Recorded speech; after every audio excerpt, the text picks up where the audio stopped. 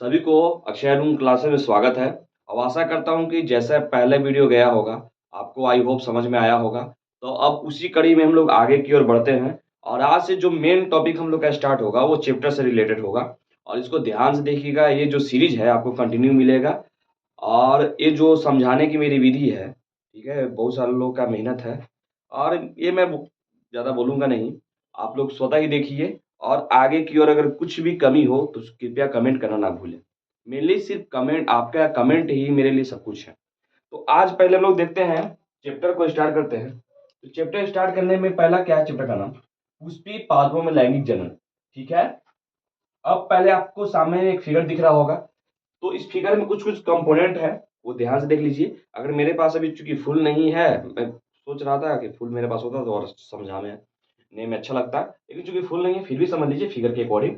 देखिए सर, जो आपको ये दिखाई दे रहा है, ये बड़ा वाला चीज़, मतलब ऐसा समझिए कि ए वाला जो आपको पोज़ीशन दिखाई दे रहा है, ए वाला पोज़ीशन ऊपर वाला, ठीक है?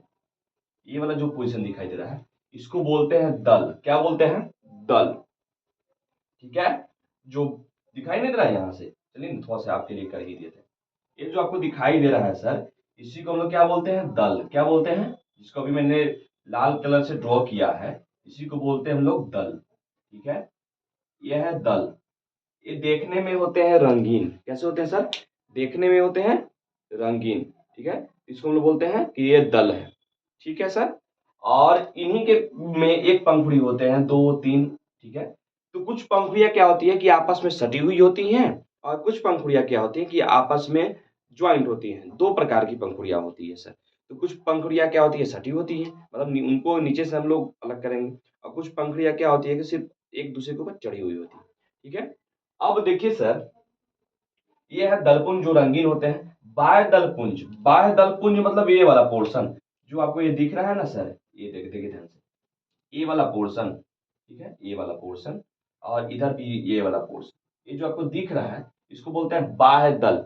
ये होता है आपका जनरली क्या, रंग में कैसा होता है सर? रंग में हरा होता है।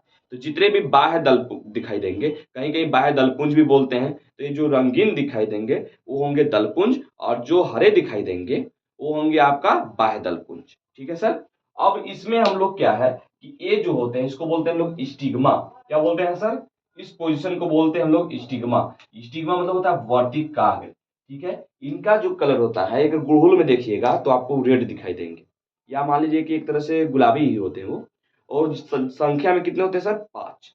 और यदि उड़हुल का ही बात करें तो पंखुड़ी भी कितने होते हैं? 5। बाह्य दलपुंज भी कितने होते हैं? 5। अब बाह्य दलपुंज के ऊपर एक छोटी-छोटी पत्तियाँ दिखाई देंगी या मतलब पत्तियाँ बोल सकते हैं या बोल सकते हैं कि छोटे-छोटे जो उसको दिखाई देगा उसको बोलते हैं वही बाह्य दलपुंज, मतलब उसके जस्ट बाह्य दलपुंज के जस्ट नीचे दिखाई देंगे, मतलब इसके नीचे दिखाई देंगे। ठीक है? मान लीजिए इसके नीचे दिखाई देंगे, इसके नीचे दिखाई देंगे, मतलब ऐसे दिखाई देंगे। अब ये जो लंबा वाला दिखाई दे रहा है, इसी को बोलते हैं वर्तिका। क्या बोलते हैं? वर्तिका। और लास्ट में जहां पर नर हमारा आश्रित होता है जिस पर, उसी को बोलते हैं हम लोग क्या? अंडाशय। अंडाशय में क्या होते हैं? अंड स्थित होते हैं। अंडाशय में क्या रहते हैं? अंड स्थित होते हैं, यानी कि अंडाणु रहते हैं। कहाँ रहते हैं सर अंडाणु? अंडाशय में। उसी तरह से वर्तिका, वर्तिकाग्र और अंडाशय तीनों को मिलाकर हम लोग बोलते हैं स्त्री केसर। क्या बोलते हैं? स्त्री केसर। और ये है आपका अंड। क्या है? अंड। ओव्यूल क्या है? अंड या अंड कोशिका, जहां पर अंड निर्मित होते हैं। उसके बाद ये देखिए, ये है आपका जो दिखाई दे रहा है, सब दिखाई ये दिखाई दे रहा है, ये दिखाई दे रहा है, इसको बोलते हैं पराग के कण। और पराग के कण जब कॉम्बाइन होंगे, इसके अंदर क्या है? इसके अंदर पराग के कण मौजूद है।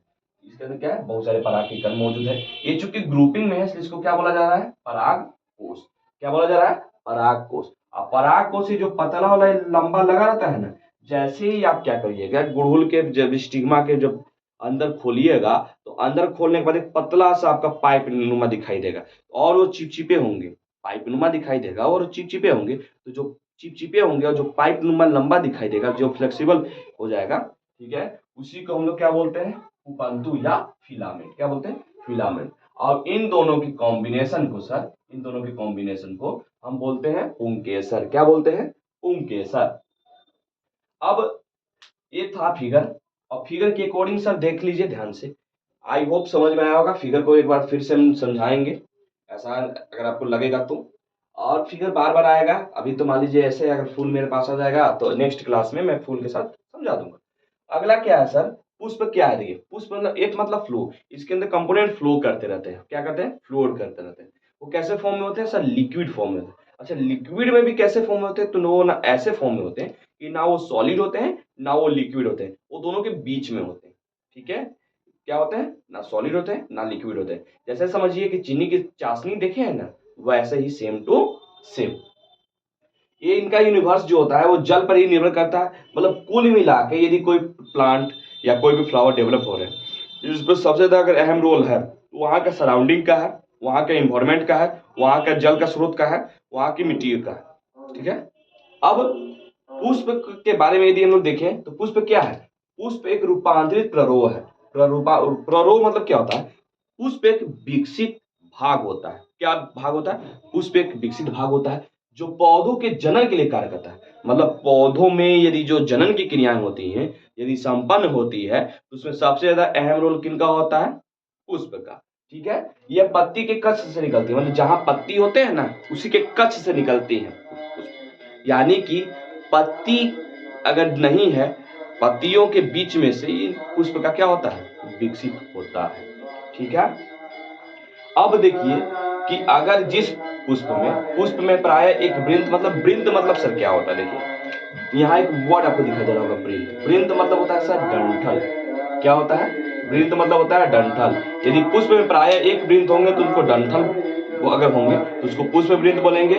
जब पुष्प में वृंत नहीं होते हैं तो उसको क्या बोलते हैं? अवृंत। क्या बोलते हैं? अवृंत। ठीक है, पुष्प के भाग, पार्ट्स ऑफ फ्लावर। पुष्प को कितने भागों में बांटा गया? कितने भागों में सर? 4।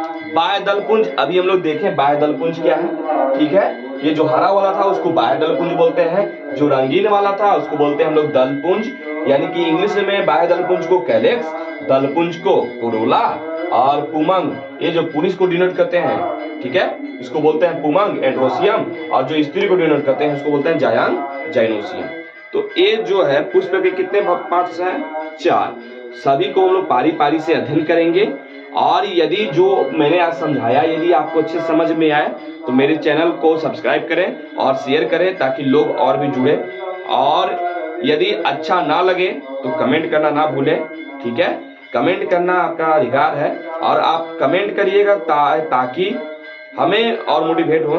ऐसा कमेंट करिए ताकि मैं मोटिवेट हूँ, और जो भी कमियां हो रही हैं, जो भी हमारे सराउंडिंग में डिस्टरबेंस हो रहे हैं, तो वो डिस्टरबेंस धीरे धीरे मैं कोशिश करूंगा कि वो समाप्त हो जाए। और तब तक के लिए धन्यवाद। मिलते हैं नेक्स्ट एपिसोड में। धन्यवाद।